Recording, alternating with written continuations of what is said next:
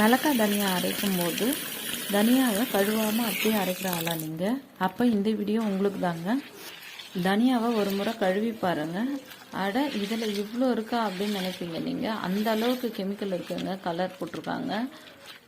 Food கலராக இருந்தால் கூட சாப்பிட்றதுக்கு அளவுக்கு அதிகமாக எடுத்துக்கும் போது அதோட சைடு எஃபெக்ட்ஸ் வேறு மாதிரி இருக்குங்க.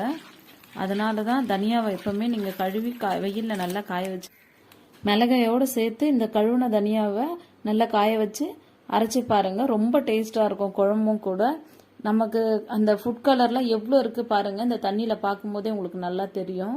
அந்தளவுக்கு கலர் போட்டிருக்காங்க.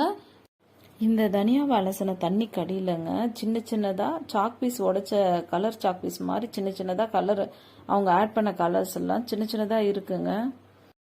இந்த ஒரு சின்ன கஷ்டத்தை பார்க்காம கழுவி தனியாவை யூஸ் பண்ணி ஹெல்த்தியான லைஃப்பை ஸ்டார்ட் பண்ணுவாங்க.